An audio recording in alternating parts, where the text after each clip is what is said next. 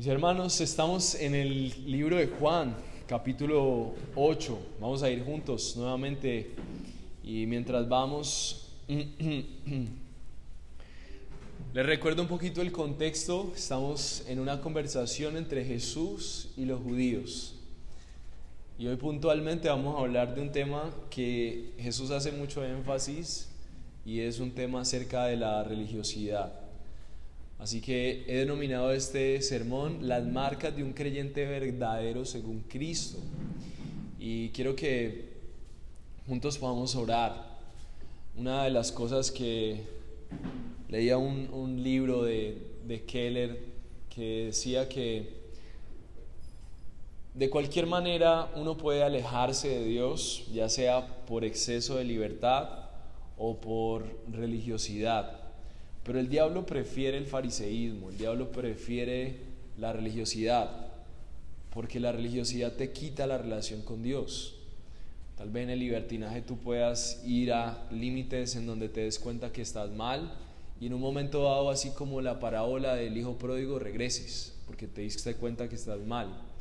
Pero el fariseísmo no, el fariseísmo te hace creer que estás bien, pero en realidad estás triste porque estás lejos de Dios. Y es muy importante que nosotros logremos identificar cualquier señal de fariseísmo en nuestra vida. Así que este tiempo no es un tiempo en donde enseñamos algo. Este tiempo no es un tiempo en donde se exponen unas verdades importantes aquí o una historia impactante o bonita. Este es un tiempo en donde Dios mismo habla a tu corazón. Él está hablando a través de su palabra. Es Cristo mismo el que está enseñando aquí. Y este tiempo, mientras escuchas la palabra, el Espíritu Santo puede estar mostrando una señal grande de fariseísmo y, ¿por qué no?, mostrando que tal vez es necesario que la relación con Dios comience de forma genuina. Así que yo quiero invitarte a que oremos, que le pidamos a nuestro buen Dios que está entre nosotros, que nos ayude a ver cuáles son las marcas de un creyente verdadero y anhelar ser ese creyente, disfrutar de ser ese creyente. Señor nuestro, tú eres quien gobierna el mundo entero, Señor, y cuánto más el que gobierna a su pueblo, el que le dirige. Y por eso estamos delante de ti, Señor, aquí, olvidándonos de que este solamente es un espacio de tradición. Guárdanos de creer que este es un espacio de tradición. Guárdanos de creer que esto simplemente es una enseñanza que apela o que está dirigida a nuestro intelecto. Y ayúdanos a entender que tú providencialmente, con tu plan soberano, nos has traído hoy aquí en este día especial. Especial porque tu presencia está en medio de nosotros y porque nos estamos aquí congregados a escuchar tu palabra puntualmente de esto. Tú nos llevas por un camino hermoso a través del Evangelio de Juan y estás cumpliendo propósitos puntuales para afirmar y fortalecer nuestra fe. Pero sabemos que si en algo nosotros necesitamos arrepentirnos es acerca de nuestro fariseísmo, de nuestra religiosidad vacía. Señor, gracias por insistir una y otra vez acerca de este tema en tus evangelios. Gracias por predicar con contundencia a través de esta porción alrededor de este tema, y te rogamos, Señor, que por favor tu Espíritu Santo nos ayude a entender y a ver cómo estamos frente a esta realidad en nuestras vidas. Te pedimos, Señor, que por favor nos ayudes a comprender y a ver lo que solamente tú puedes ver. Revela los vestigios de fariseísmo y de religiosidad que nos matan nuestra relación contigo. Te entregamos este tiempo y te rogamos, Espíritu Santo, que tu palabra haga lo que solamente ella sabe hacer. Amén. Mis hermanos, el que tenga oídos para oír lo que dice la palabra del Señor, que oiga. Y vamos a dirigirnos entonces al capítulo número 8 del Evangelio de Juan. Y vamos a estar viendo durante este tiempo una porción que va desde el versículo 37 al 47, así que vamos a leerla juntos. Quiero que vayan con sus ojos a sus Biblias y que puedan ver desde el versículo 37 en adelante. Jesús respondió: en verdad les digo que todo el que comete pecado, esclavo es del pecado. Ese es el versículo 34, a partir del versículo 37 dice: sé que ustedes son descendientes de Abraham y sin embargo me quieren matar porque mi palabra no tiene aceptación en ustedes. Yo hablo lo que he visto con mi Padre. Ustedes entonces hacen también lo que oyeron de su padre. Ellos contestaron: Abraham es nuestro padre. Jesús les dijo: si son hijos de Abraham, hagan las obras de Abraham. Pero ahora me quieren matar, a mí que les he dicho la verdad que oí de Dios. Esto no lo hizo Abraham. Ustedes hacen las obras de su padre. Ellos le dijeron: nosotros no nacimos de fornicación, tenemos un padre, es decir, Dios. Jesús les dijo: si Dios fuera su padre, me amarían, porque yo salí de Dios y vine de Él, pues no he venido por mi propia iniciativa, sino que Él me envió. ¿Por qué no entienden lo que digo? ¿Por qué no pueden oír mi palabra? Entonces son de su padre el diablo y quieren hacer los deseos de su padre. Él fue un asesino desde el principio y no se ha mantenido en la verdad porque no hay verdad en él. Cuando habla mentira, habla su propia naturaleza, habla de su propia naturaleza, porque es mentiroso y el padre de la mentira. Pero porque yo digo la verdad, no me creen. ¿Quién de ustedes me prueba que tengo pecado? Y si digo verdad, ¿por qué ustedes no me creen? El que es de Dios escucha las palabras de Dios. Por eso ustedes no escuchan, porque no son de Dios. Mis hermanos, esta historia es una historia muy, muy clara y muchos dirían muy fuerte, porque Jesús está hablando acerca de que estas personas son de su padre el diablo, que le pertenecen al diablo, y por la connotación de lo que el diablo es, entonces creemos que son palabras fuertes. Pero cuando nosotros analizamos todo el Evangelio de Juan y entendemos el propósito de nuestro Señor Jesús al proclamar su Evangelio de salvación, nos damos cuenta que tal afirmación ante estas personas no es una palabra de rechazo o una palabra simplemente de condenación, sino que es un mensaje de misericordia. Es un mensaje en donde ellos necesitan salir de su engaño de religiosidad para comprender dónde está su verdadera identidad, a quién pertenecen, quién les posee, quién gobierna su vida. Y esto es muy importante hacerlo con contundencia, es muy importante hacerlo con firmeza. Porque la religiosidad es engañosa, mis hermanos. La religiosidad tuvo la capacidad de engañar a este pueblo que Dios había elegido para sí en medio de rituales y costumbres. Hay una historia del gran Julio César, el emperador romano. Algunos historiadores dicen que él tenía momentos en donde se entristecía y su ánimo decaía. Y en esos tiempos él acostumbraba a decirse a sí mismo: recuerda que eres el César, recuerda que eres el César. Y se recordaba a sí mismo la importancia de su título, la envergadura de su posición. Y ese pensamiento daba una nueva vida a su espíritu. Y así debería ser la alma del cristiano, no solamente para recordar que sus posiciones le definen, sino que en los tiempos más oscuros, en los tiempos más bajos, en los tiempos más solos, en los tiempos de más quebranto, en los tiempos de más pobreza, nosotros podamos recordar: Jesús es nuestro Salvador, Dios es nuestro Padre, el Espíritu Santo es nuestro Consolador, nuestro Ayudador. Que nuestra mente se afirme en recordar, en rogar y en esperar por la luz del consuelo que producen esas verdades en la vida de aquel que ha sido salvado de las tinieblas y ha sido trasladado a la luz admirable. Jehová es justo y bienaventurados todos los que confían en Él, dice Isaías 30:18. Realmente nuestra motivación como cristianos no debe ser tener más cosas para ser feliz o salir de las situaciones tristes, sino recordar lo que dice Isaías 30:18: Jehová es un Dios justo y bienaventurados todos los que confían en Él. Tenemos que estar convencidos de que somos doblemente bendecidos por ser el pueblo de Dios. Ser el pueblo de Dios no puede ser poca cosa. Ser el pueblo de Dios no puede ser comparado con tener dinero. Ser el pueblo de Dios no puede ser comparado con tener victoria y paz. Ser el pueblo de Dios debe ser incomparable. ¿Y si Julio César, como emperador, tenía su confianza en su posición, una posición que dependía de humanos, de su propia fuerza, de un imperio totalmente terrenal y podríamos decir satánico también, porque no era direccionado por Dios?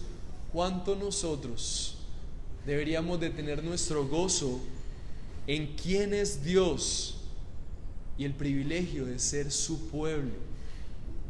Pero la gran pregunta es: ¿por qué nosotros no encontramos gozo en meditar que somos hijos de Dios, que por lo tanto somos los beneficiarios de su misericordia, de su amor, de su fidelidad? Y la razón es porque, así como meditamos a través de diferentes reflexiones durante esta semana, es porque somos incrédulos. Porque en lugar de nosotros confiar en un Dios vivo, nosotros cada vez le matamos con costumbres y religiosidades.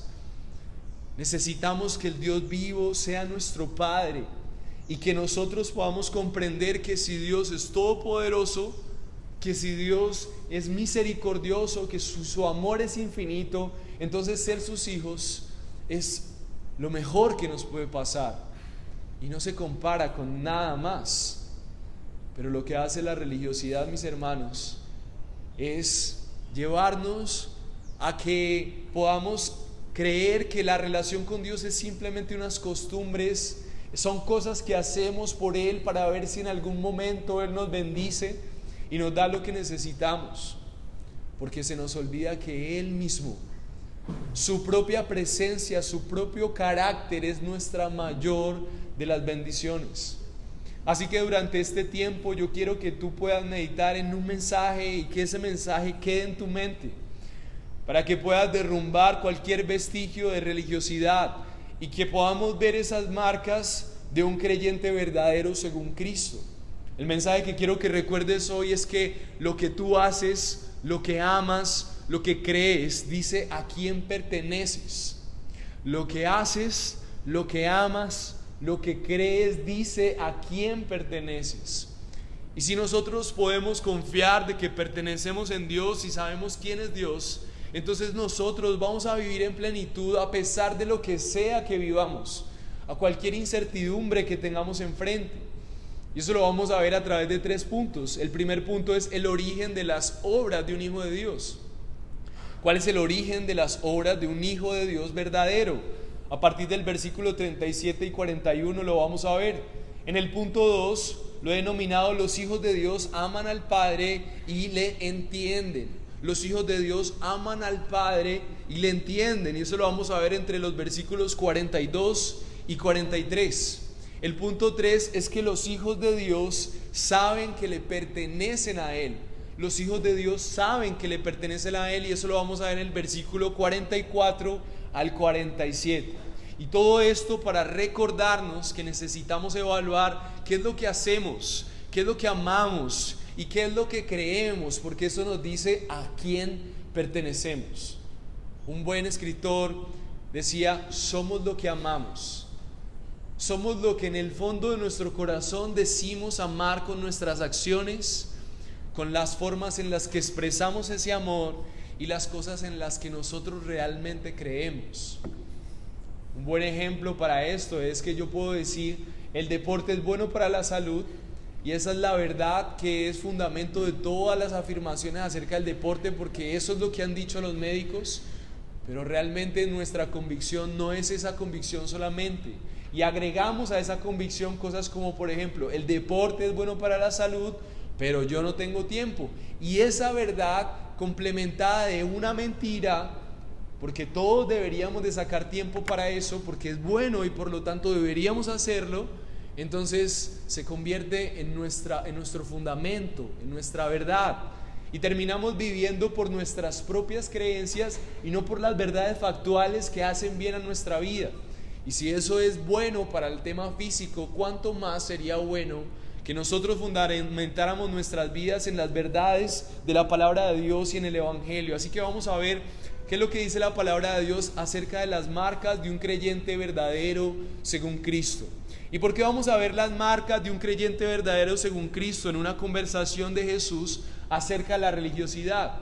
Porque por inferencia nosotros vamos a concluir que las cosas que Jesús está confrontando son lo opuesto a lo que debería ser ese creyente verdadero. Y Jesús va a empezar a confrontar la supuesta vida piadosa de los judíos con lo que debería ser una vida según Dios, una relación de un verdadero hijo de Dios según su palabra. Y como todo, la palabra de Dios para ti hoy va a funcionar como un espejo en el que tú puedes hoy llegar al arrepentimiento. Y para adelantarnos a lo que puede ser una forma de pensar de cualquiera de ustedes como oyentes el día de hoy, vamos a ver que efectivamente Jesús está hablando a unas personas que no han nacido de nuevo, y por eso dice: ustedes son de su padre el diablo.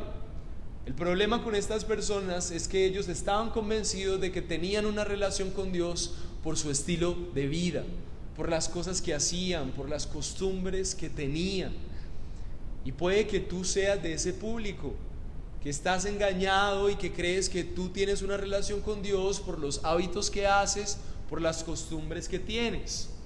Pero puede que tú estés muy seguro de que tú tienes una relación con Dios. Entonces este sermón aplicaría a ti para que tú puedas ver esas características de un creyente verdadero y que puedas anhelar ser más como ese ejemplo que Jesús mismo está planteando.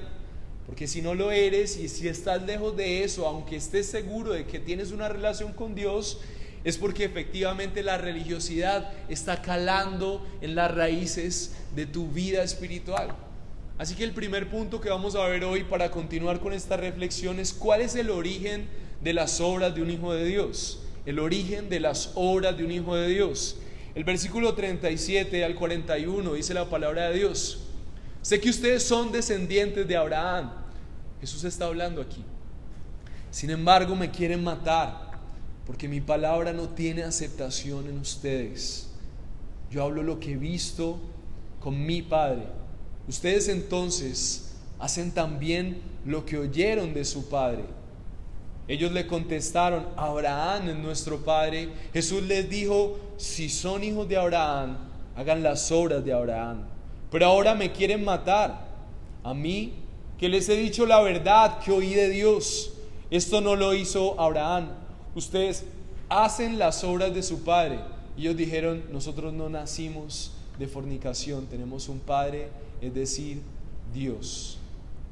Hay una conversación en donde parece que hubiera una discusión acerca de cuál es el padre de estos judíos. Jesús decía: ustedes hacen las obras de su padre. Por el texto más adelante sabemos que lo que Jesús quería decirles es que su padre era el diablo, y ellos estaban afirmando: no, nuestro padre es Abraham. Así que vamos a ver en 3 puntos cuál es el origen, o 3 subpuntos, cuál es el origen de las obras de un hijo de Dios. Lo primero que vamos a ver es que esas obras, según esta discusión que vimos en estos versículos, son coherentes a la voluntad de Dios. Es decir, lo que está haciendo Jesús es, a través de este texto, mostrar que las obras de Dios en la vida de una persona son coherentes a su propio carácter. Es decir, hay muchas personas que van a estar haciendo cosas buenas, pero que no están haciendo la voluntad de Dios. Ese era el caso de los judíos. Hacer cosas buenas no quiere decir que nosotros tenemos una relación con Dios. Hay muchos ateos que están haciendo muchas cosas buenas. Estoy seguro que hay muchos mejores mercados del amor en otros lugares en donde no creen Dios. La otra característica es que proceden de reconocer la autoridad de la palabra de Dios. La otra característica va a ser la consecuencia de una relación real con Dios. Y estos 3 subpuntos nos hablan de cuál es el origen de un hijo de Dios y sus obras. Lo primero, coherentes a la voluntad de Dios. Esta coherencia a la voluntad de Dios, según esas obras, nos van a hablar de cuál es el origen, de dónde salen esas obras de un hijo de Dios. Jesús está empezando confrontando a estos judíos primeramente con sus obras. Es muy interesante. La salvación es por gracia, pero también es para obras, y eso lo vamos a ver más adelante. Jesús dice en el versículo 37: sé que ustedes son descendientes de Abraham y sin embargo me quieren matar. Entonces Jesús está exponiendo ante los judíos algo muy importante: la afirmación de la procedencia que ellos tienen, pero al mismo tiempo Él les está diciendo, miren, sus obras no son coherentes a la procedencia que ustedes afirman tener. Y en este momento todos ustedes podrían decir, Jesús ya está en el cielo, yo no lo puedo matar, es más, yo no quiero matar a nadie, es más, me cuesta tener rencor con la gente, pero vamos a ver esto cómo aplica a nosotros. En Génesis 15, del 5 al 6 dice que el Señor llevó a Abraham y le dijo, ahora mira al cielo y cuenta las estrellas, si te es posible contarlas, y le añadió, así será tu descendencia. Y Abraham creyó y se le reconoció por justicia. En Génesis 15 es el momento en donde Dios empieza a establecer un pueblo formal para bendecirles. Y en Gálatas 3:16 se nos ayuda a entender que, como si fuera poco, que Jesús hubiera confrontado a estos judíos acerca de su falsa creencia de una descendencia del linaje de sangre. El apóstol Pablo lo deja claro en Gálatas 3:16, dice, ahora bien, las promesas fueron hechas a Abraham y a su descendencia, no dice a las descendencias, como refiriéndose a muchas, sino más bien a una, y a tu descendencia, es decir, Cristo, dice Gálatas 3:16. El apóstol Pablo está dejando claro que la descendencia que iba a venir y que iba a ser prometida a Abraham era una descendencia a partir de la fe puesta en una descendencia que es Cristo. La promesa que se le hizo a Abraham de que la descendencia que él tendría iba a bendecir a todas las naciones se estaba refiriendo a Cristo. Y entonces este contexto nos deja claro que ellos estaban creyendo que lo que se trataba era de tener un linaje de sangre. Por eso ellos cuidaban con quién se casaban, y esto lo vimos en la predicación pasada. Es importante recordarlo porque en este momento nosotros empezamos a recordar que tenemos esas costumbres de poder añadir a nuestra vida valor por las tradiciones y por las cosas buenas que hacemos. Pero Jesús les deja claro que no se trata de eso, que si nosotros tenemos una descendencia que proviene de Dios, entonces se va a ver en las obras, se va a ver en lo que se hace. Y el problema de ellos es que ellos querían matar a Jesús porque no podían verle, porque para ellos el único aceptable era una persona que tuviera esa descendencia que ellos también tenían. Y entonces cuando vemos a Jesús conversando con ellos más adelante, uno de los argumentos que ellos usan es decirles, nosotros no somos hijos de fornicación. Y algunos comentaristas dicen que eso era una manera en la que ellos atacaban el nacimiento de Jesús, porque ellos creían que María había sido infiel a José.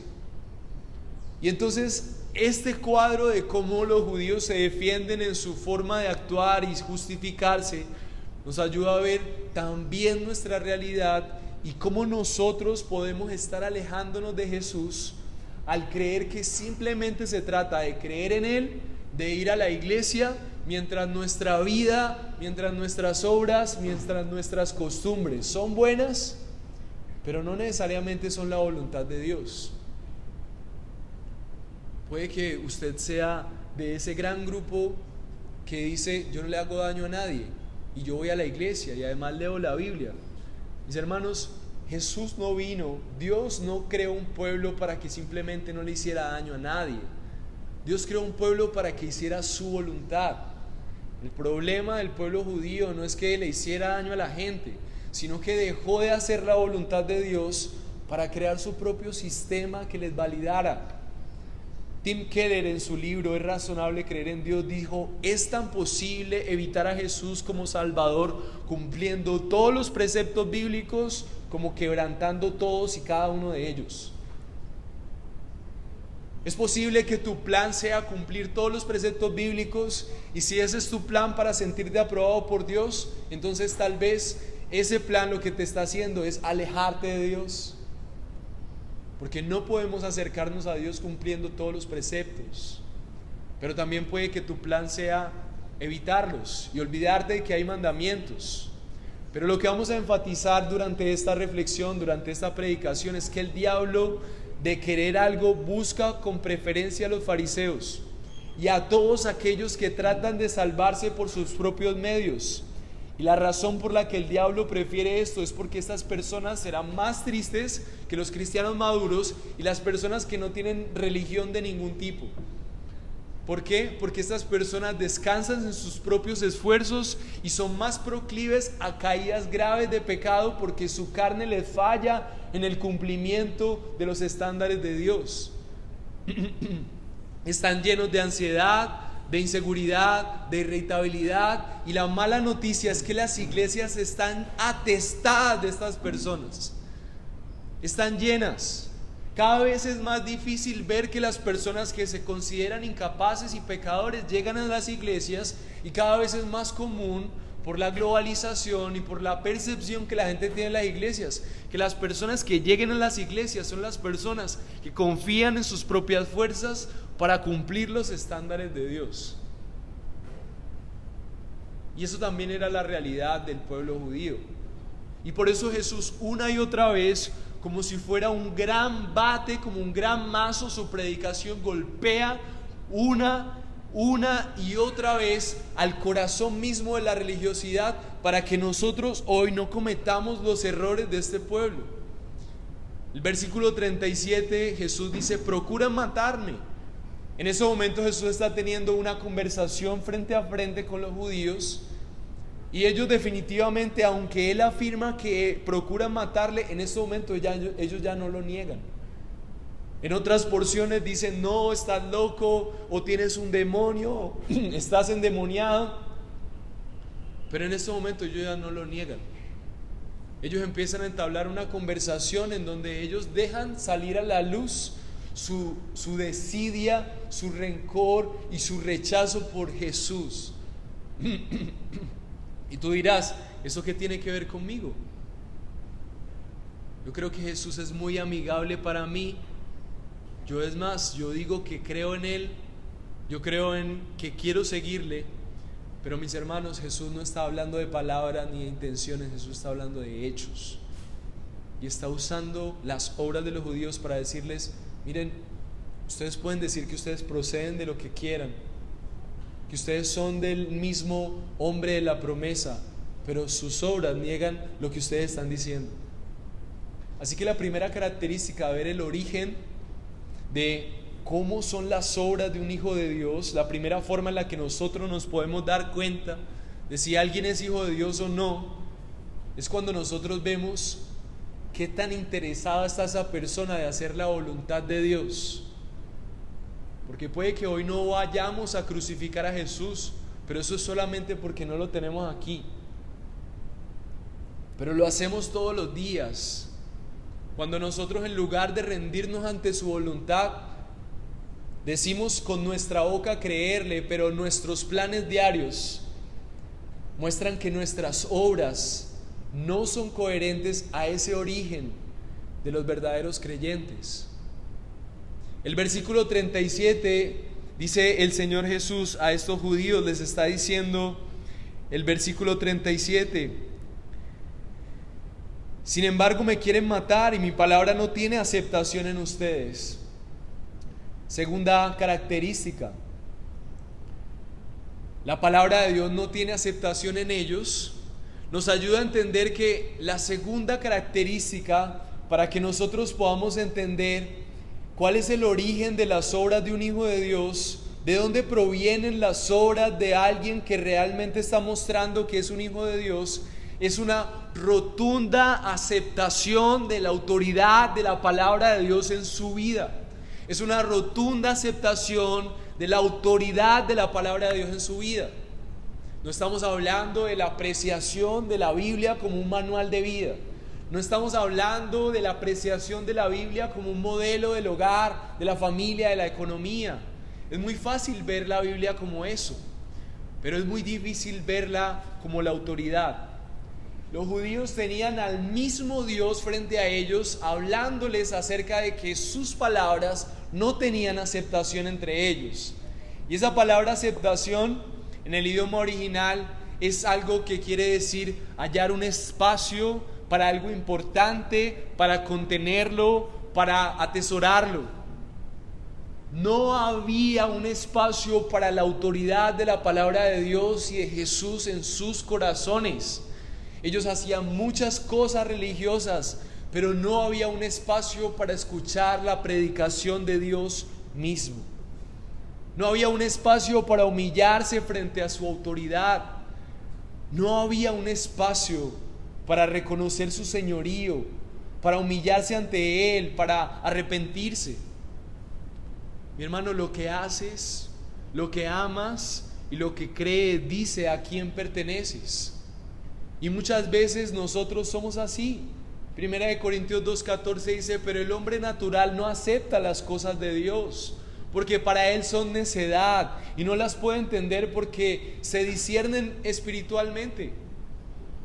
Mis hermanos, cuando la gente se le exige un poco más acerca de su relación con Dios, y cuando hacemos un llamado a aspectos como la evangelización, aspectos como el servicio, aspectos como la entrega, como excedernos un poco más en el tiempo, muchas veces las personas están diciendo que esto es inverosímil, no son capaces de dar un poco más porque realmente no entienden por qué yo tengo que dar más.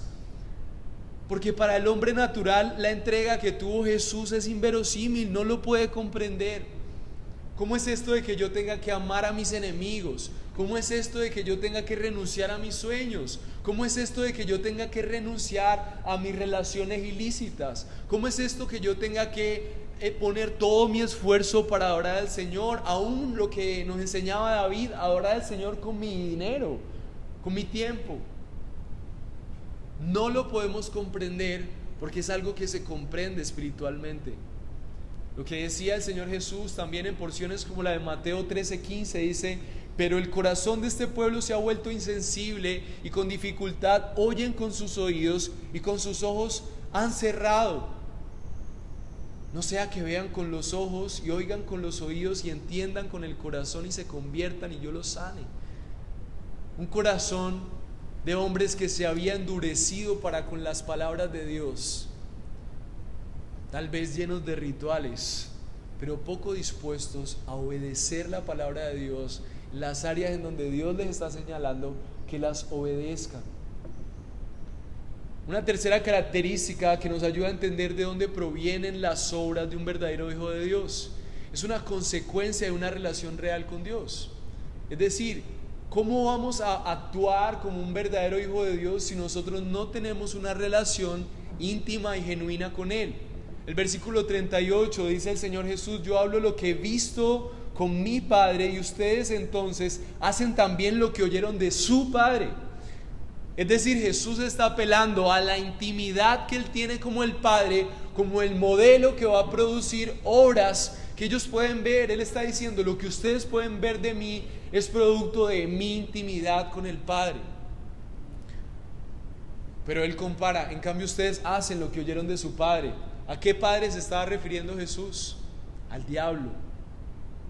Es decir, su propia religiosidad era una religiosidad satánica. Juan 3:32 dice: lo que Él ha visto y oído, de eso da testimonio, y nadie recibe su testimonio. Esto lo predicó Juan el Bautista acerca de Jesús, diciendo que Él es el que da testimonio de quién es Dios, pero nadie le oía como tal. Mis hermanos, estamos en una época en donde todo es relativo y donde escuchar a Jesús es escuchar a un buen maestro. Gandhi decía acerca de Jesús que le encantaba su vida, le encantaba su ejemplo, pero no le gustaba que se le atribuyeran atributos de deidad. Es muy fácil, mis hermanos, seguir sistemas de costumbres siempre y cuando nosotros sigamos siendo los dueños de nuestra vida. Ellos le contestaron: Abraham no es nuestro padre. Jesús les dijo: si son hijos de Abraham, hagan las obras de Abraham. Un indicador de que alguien es un hijo de Dios es que alguien está haciendo la obra de un hijo de Dios, las obras. Pero Jesús les dice: pero me quieren matar, versículo 40. Me quieren matar a mí, que les he dicho la verdad. Tal vez hoy no estamos matando a Jesús, pero silenciamos ciertas voces que nos están diciendo: abandona esa actitud, abandona ese sueño, abandona esa relación. y nuestras obras dicen si realmente nosotros somos hijos de Dios. Santiago 2, 17, 18 nos aclara cómo es esto de que la salvación es por gracia, pero es para obras. Santiago 2, 17 y 18 dice: así también la fe por sí misma, si no tiene obras, está muerta. Pero alguien dirá: tú tienes fe y yo tengo obras. Muéstrame tu fe sin obras y yo te muestro mi fe por mis obras. Lo que está mostrando Santiago aquí es que es necesario tener más creyentes que estén creyendo en Jesús. No me malinterpreten, la salvación solo es por gracia, pero si la salvación es real, mis hermanos, si Dios está vivo, si Él es un Dios que reina y que está actuando en su pueblo, entonces ese pueblo tiene que ser diferente. Ese pueblo tiene que hacer obras dignas de ese arrepentimiento. El Evangelio va a producir un pueblo que le honra, un pueblo que le obedece, un pueblo que es digno de mostrar, un pueblo que proclama su reino. Jesús dice: ustedes entonces hacen también lo que oyeron de su Padre. Mi hermano, mi hermana, mi invitado, mi amado, lo que tú haces con tus días, con tus planes, lo que amas, lo que crees, eso es lo que dice a quién pertenece tu vida.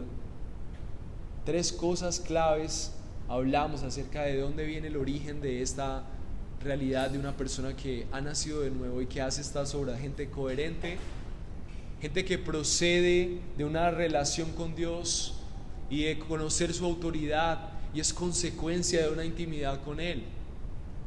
Y yo quiero preguntarte hoy, según tus obras, ¿quién es tu Padre? ¿Quién es tu Padre? ¿Vas a añadirte tu discurso secular? Yo no le hago daño a nadie. Así eran los judíos.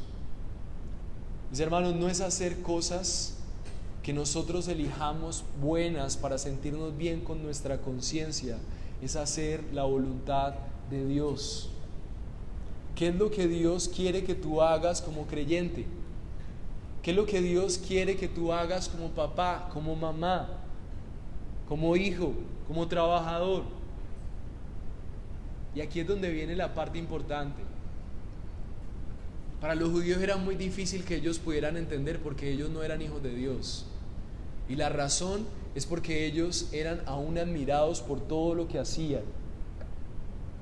Mi querido hermano y amigo, va a ser muy difícil creer que tus obras son malas cuando la gente te aplaude porque eres un excelente trabajador.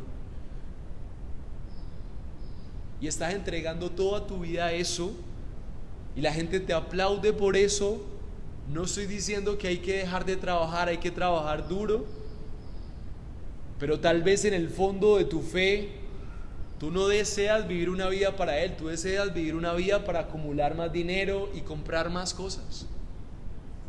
Va a ser muy difícil que tú realmente creas que no eres un hijo de Dios cuando tú estás contagiado de la ideología social del éxito y la aceptación que produce una determinada calidad de vida, un determinado título, un determinado ascenso, sin darte cuenta que en realidad tu vida y tus obras, tu constante vivir están demostrando que tú no estás viviendo conforme a lo que haría un hijo de Dios con su vida. Estás amando y degollando al otro con tus propias ideologías, pero ninguno de los dos puede subsistir mientras tú abrazas el otro. Nadie puede tener 2 señores. No es posible que tú digas yo soy hijo de Dios mientras tu vida constantemente sigue buscando el éxito terrenal. No es posible. No te mientas. Jesús está siendo serio con este tema y por eso necesitamos ser serios con este tema y hacernos un alto en el camino. Hoy tú estás asesinando a Cristo en tu vida si tú sigues buscando tu felicidad en las cosas terrenales. Y estás actuando exactamente igual que los judíos. El cristianismo es una verdad absoluta y es una verdad tan radical que no puedes ser amigo de ninguna definición de felicidad terrenal. O tú abrazas a Cristo y mueres a todas tus esperanzas de felicidad terrenal para que tu confianza esté puesta en Él, o si no vas a ser como los judíos, que dices que crees en Dios mientras sigues buscando felicidad en el dinero, en el amor, en las relaciones a tu manera, en las formas en las que tu vida cree ser buena. Y empezamos a crear un Dios que acepta nuestra vida con ese tipo de obras. Pero ¿saben qué es lo que dice Jesús? Esas obras son coherentes a un padre que se llama el diablo.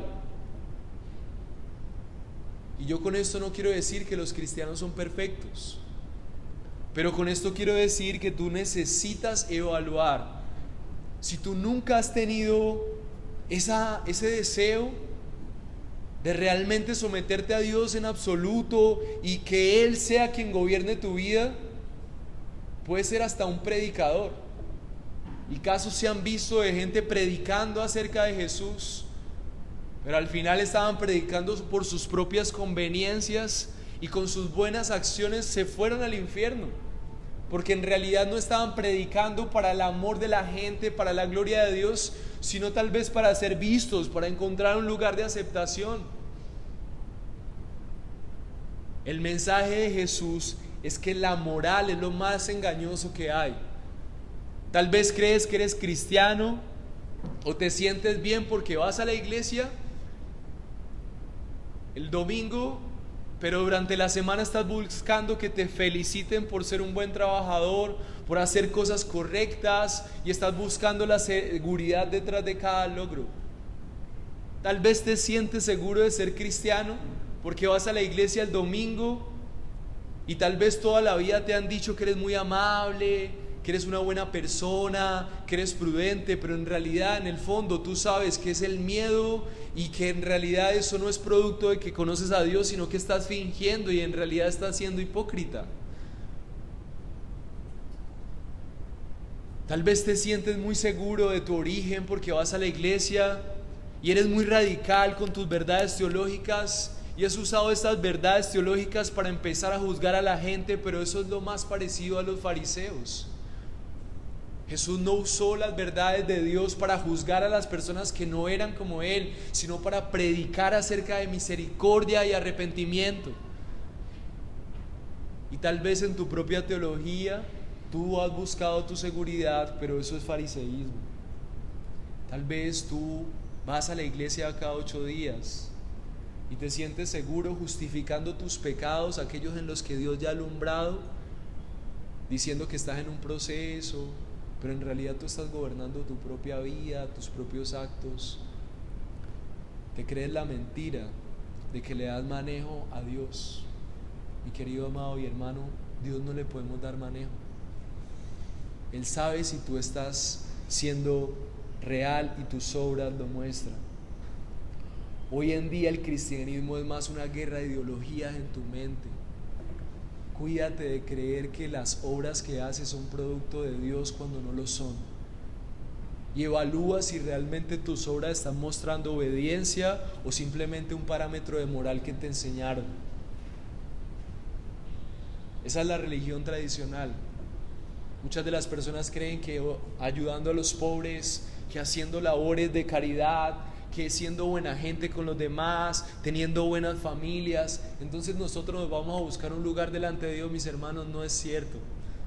Eso es hacer nuestra propia voluntad con buen estilo. Lo que Dios quiere es que tú le obedezcas, que tú le ames, que tus obras sean resultado de que tú le conoces, de que tú aceptas la autoridad de su palabra. Son coherentes porque proceden y son coherentes con lo que Dios espera. ¿Qué es lo que Dios espera de ti, mi hermano? Tal vez es la pregunta del millón: ¿cuál es mi propósito? ¿Cuál es mi propósito en la vida? No, entonces yo sigo haciendo lo que yo sé hacer porque como todavía Dios no me ha revelado mi propósito. Tal vez todos tenemos propósitos particulares, pero la palabra de Dios es clara con la extensión del reino de Dios. No venimos a aprender, venimos a entrenarnos para proclamar el reino de Dios. para hacer discípulos, para tener misericordia con los pecadores, para abrir nuestras casas, para sacrificar nuestro tiempo, nuestros recursos, para que el reino de los cielos se extienda. Pero es más fácil simplemente hacer cosas buenas de vez en cuando, mientras el 95% de nuestro tiempo vivimos para nosotros mismos. Y tenemos que cuidarnos de eso, mis hermanos, porque eso es un engaño grande. Tu vida solamente va a tener obras que Dios produce cuando tú reconoces la autoridad de la palabra, cuando tienes una consecuencia de una relación profunda con Dios. Un pastor que llevaba 5 años teniendo una relación ilícita con una chica 20 años menor que él, escribió esto en un libro acerca de este tema. Jesús pronunció, él agrupó otras ideas de otras personas sabias, así que él conocía el tema y tal vez escribió este libro mientras pecaba. Jesús pronunció que el padre espiritual de toda persona que no es salva es el mismo diablo.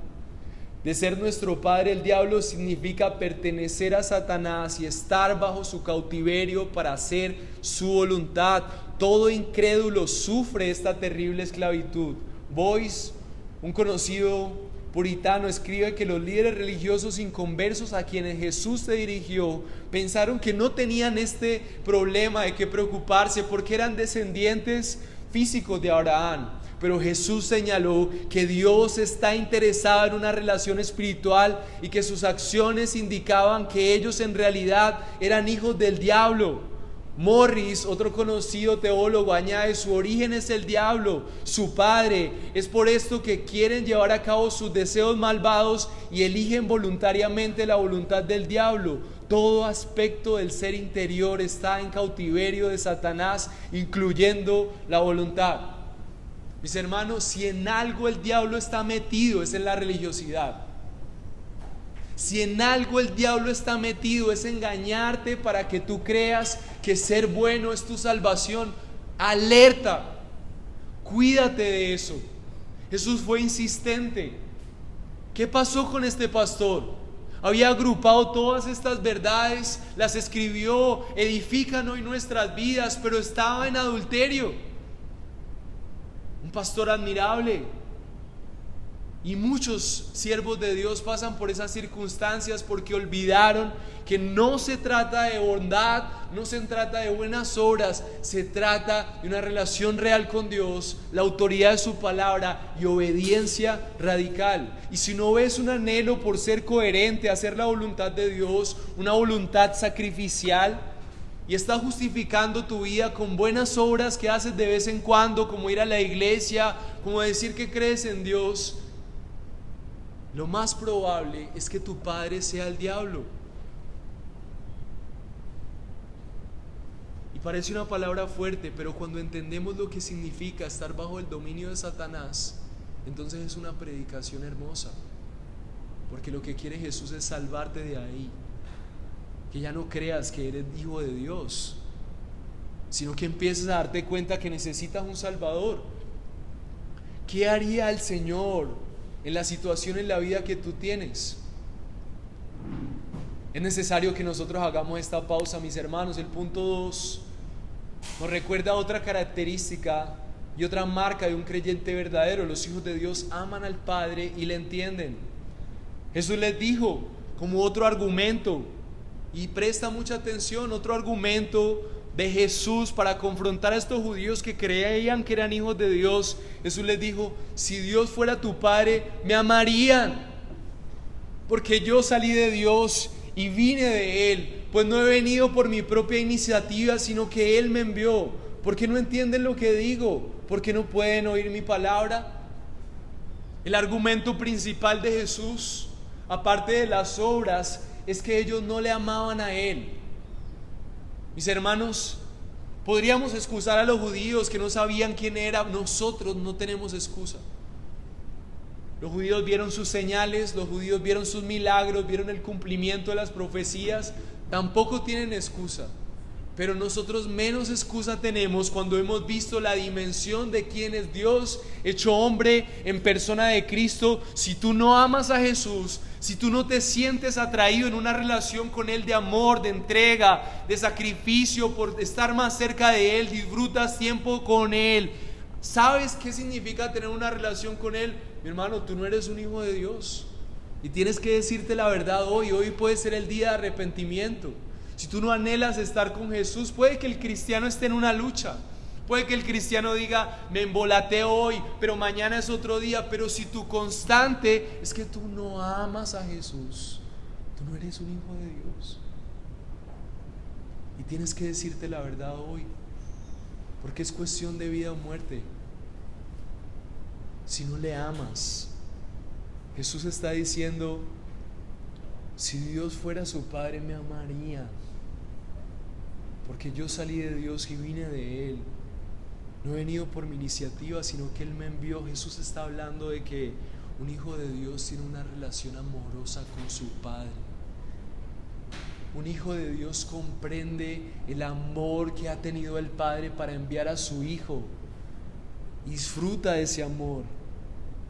Primera de Juan 4:10 dice, y en esto consiste el amor, no en que nosotros hayamos amado a Dios, sino que Él nos amó a nosotros y envió a su Hijo como propiciación de nuestros pecados. Así que la manera en la que nosotros amamos a Dios nos da seguridad de que somos hijos de Dios.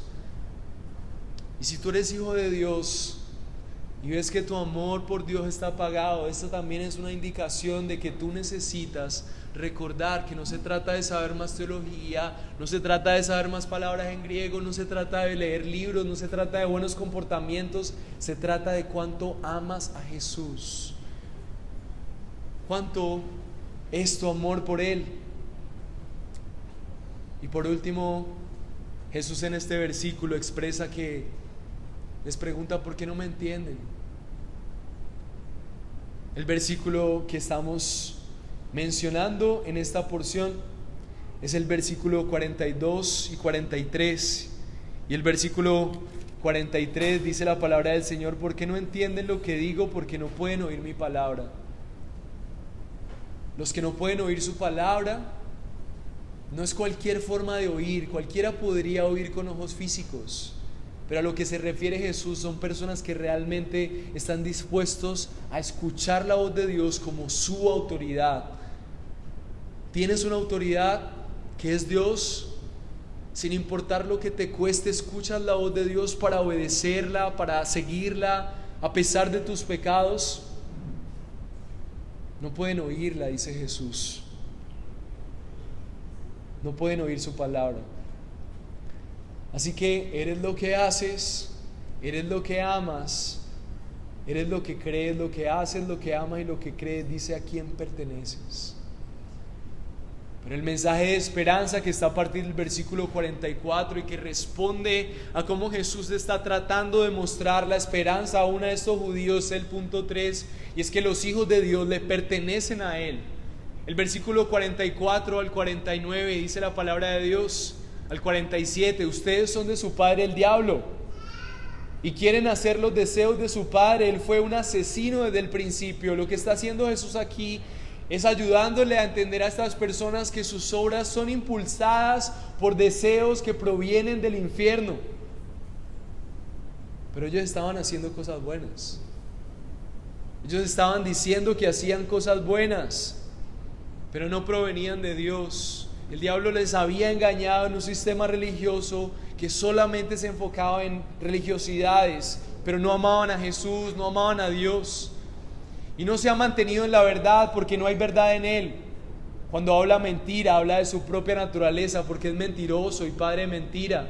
Característica del diablo: Él es el padre de la mentira. Él tiene la capacidad de engañarte aún a través de cosas buenas. Él es experto en engañar al pueblo de Dios con religiosidad. Lo hizo desde el Génesis, lo sigue haciendo desde ahora. Y si tú no estás presente y entendiendo que tus obras reflejan tu relación con Dios, la autoridad de la palabra de Dios refleja lo que tú realmente eres como hijo de Dios, vas a ser víctima de ese engaño.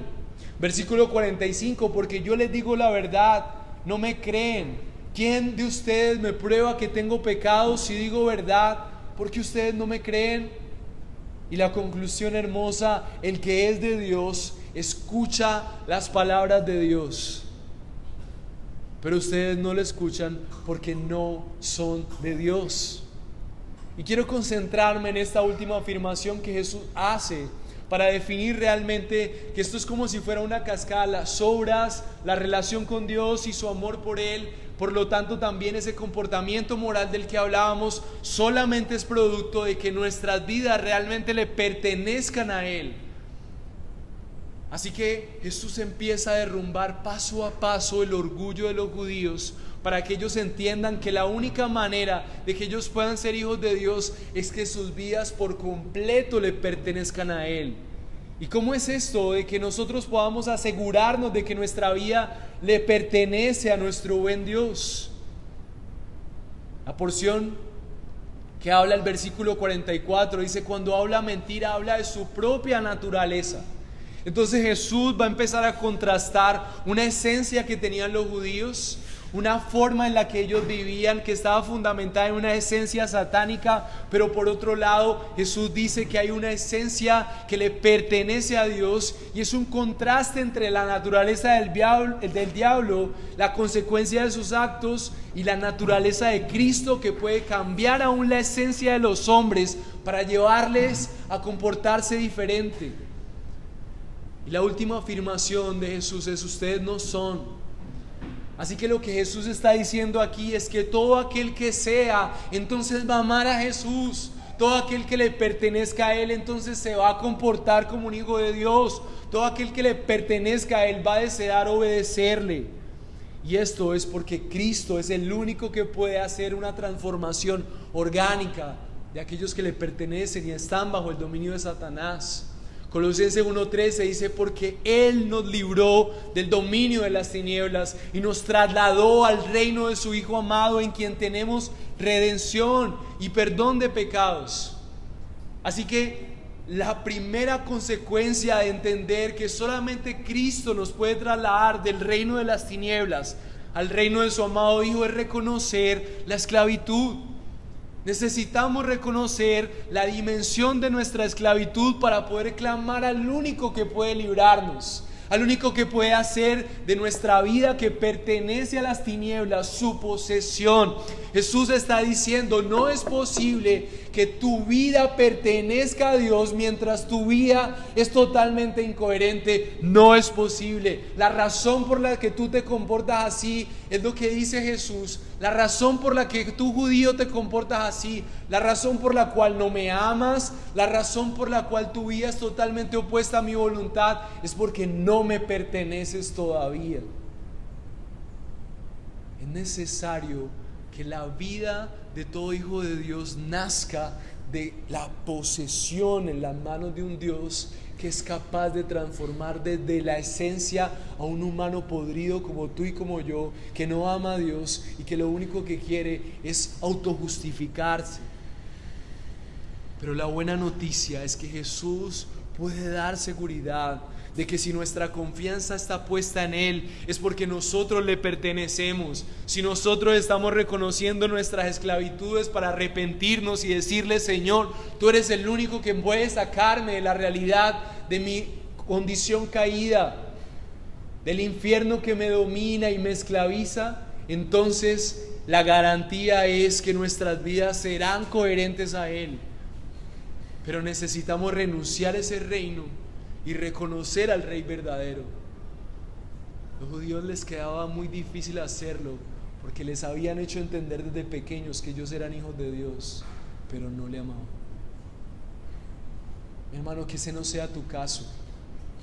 Que hoy sea el día en donde tú puedas afirmar: mi vida le pertenece al Rey verdadero. Y por lo tanto, como le pertenece al Rey verdadero, por fe, confiando en que solo Jesús puede sacarme del dominio de las tinieblas y revelarme mi engaño aún en mi religiosidad, yo tengo confianza de que Jesús entonces me hará amarle. Jesús entonces me hará buscarle. Jesús entonces me hará obedecerle, y mi vida reflejará las marcas de un verdadero creyente según Cristo. Su procedencia, su composición, su raza cambiará. Y así como dice Juan 8:36, así que si el Hijo los hace libres, ustedes serán realmente libres. Y por eso una y otra vez, si tú ves que tu vida continúa en esclavitud, una y otra vez en diferentes áreas, por más de que dices que crees en Dios, tal vez eres como los judíos. Necesitas hoy arrepentirte. Jesús cambia tu naturaleza para que tu vida sea para su gloria. Primera de Juan 3:8, el que practica el pecado es del diablo, porque el diablo ha pecado desde el principio. El Hijo de Dios se manifestó con este propósito para destruir las obras del diablo.